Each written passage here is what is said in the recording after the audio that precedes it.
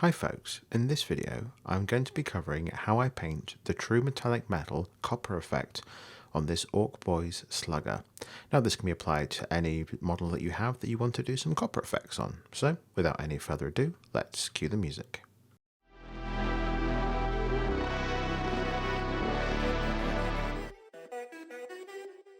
To start out with, I'll be using a base coat of decayed metal from scale 75 over the miniature which has been primed with black primer. I do find that metallics tend to cover best and give the best results over a black paint, so if you are doing a lighter coloured model, I do recommend going over any metallic areas with a black paint first before you put down your metallic pigments. This ensures a nice strong finish. And I thinned this decayed metal with just a little bit of water, enough to allow it to flow nicely off the brush, but not really thinned, as metallic paints can go a bit weird and start to separate much faster than normal acrylic paints when you start to thin them. And this is a really nice deep brassy copper colour, which is going to be our perfect shadow colour. For my first highlight, I'll be coming in with old copper from scale 75, and to go for this true metallic look, it's very important to think where the light's going to hit. And the light's going to be hitting from the top down, and the most top part of the side panel of this pistol are going to be in shadow, and the very top and the lower half are going to be much brighter due to the way the light's going to hit it. Due to the slightly downward angle of this pistol, I'm imagining a horizontal line on the side panel and leaving that top bit above it in the shadow of my original base colour, and then basically painting anything underneath it in this brighter colour.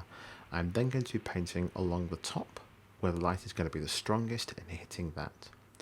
I decided to do this rectangular plate on the side, this oval piece covering the two barrels, and the top of the bit where the magazine goes into the pistol.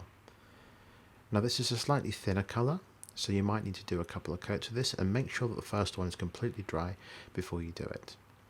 And if you really want, you can leave bits of this in shadow, like under the little lip where the round casing is going to eject out the side, just to give it a bit more interest and definition between those shadows and highlights.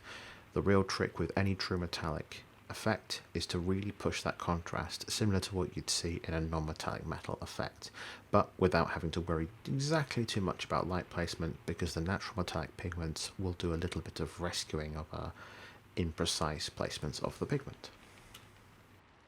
And don't worry if you think you've gone too far and covered too much area with this lighter colour. Wait for it to dry and then come back in with your shadow colour and redefine those darker areas as we did in the first step.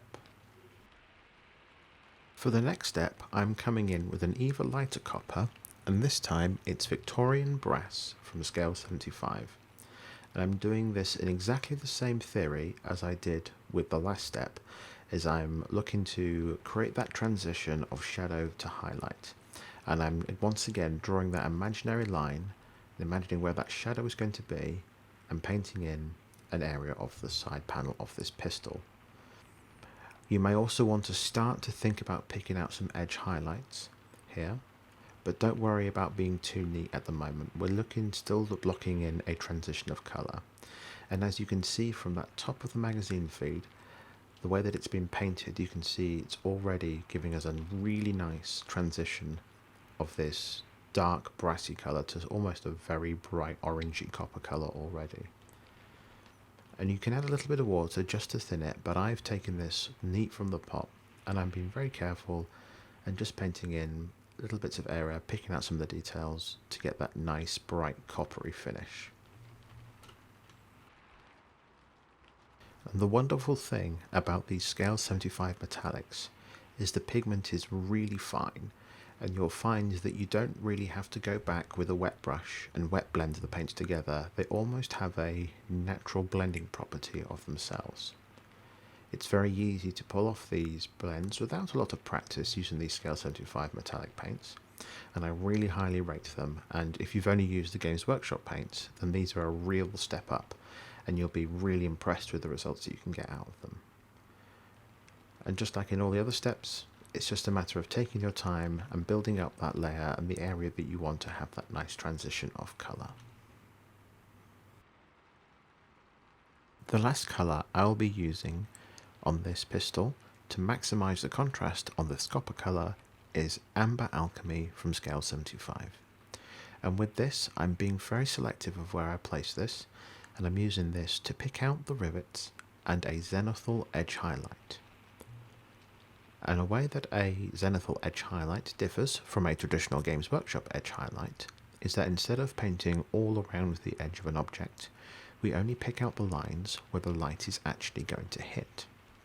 So for example, it's going to hit about 3/4 and definitely the bottom half of this edge along the front side of the pistol, and we're going to have our strongest highlight at the bottom. So as you can see there, we've got nothing in that shadow, and as it goes down we get bright all the way down to this Amber Alchemy, which is almost a copper tinted silver. And here we're going to pick up this top edge highlight here, and this is where the light would absolutely hit on this. As you notice, we're not edge highlighting along the top of that there, where the light wouldn't hit, and we're doing little bits of scratches and very thin lines across as an entire optional to mimic some wear and tear. We do want to put an edge highlight along this very top edge here, as this is where our light is strongest, hitting from the top on that top panel, but we wouldn't, for example, highlight the underneath of this side panel, that square side panel with the corner cut out. We wouldn't highlight all the way along the bottom, as the light is not going to be hitting there. It will hit some of these edges though. You can look up some references for zenithal highlights, or look at my Dark Angels painting armor video for further references on how to paint those. And with that final Amber Alchemy done, the copper on this Beast Snagger pistol is now complete, and as you can see, just with a few colours it really stands out. And here it is on another Beast Snagger boy where I've painted in the rest of the model, and here you can see the same techniques used on something that's more horizontal. And once again this is used exactly the same techniques, and as you can see this really elevates the model, and it doesn't just have to be used on this side panel here. You can see I've used it on the ammunition belt and the bits of spikes on his armor and that weird metal mohawk that this orc's got going on.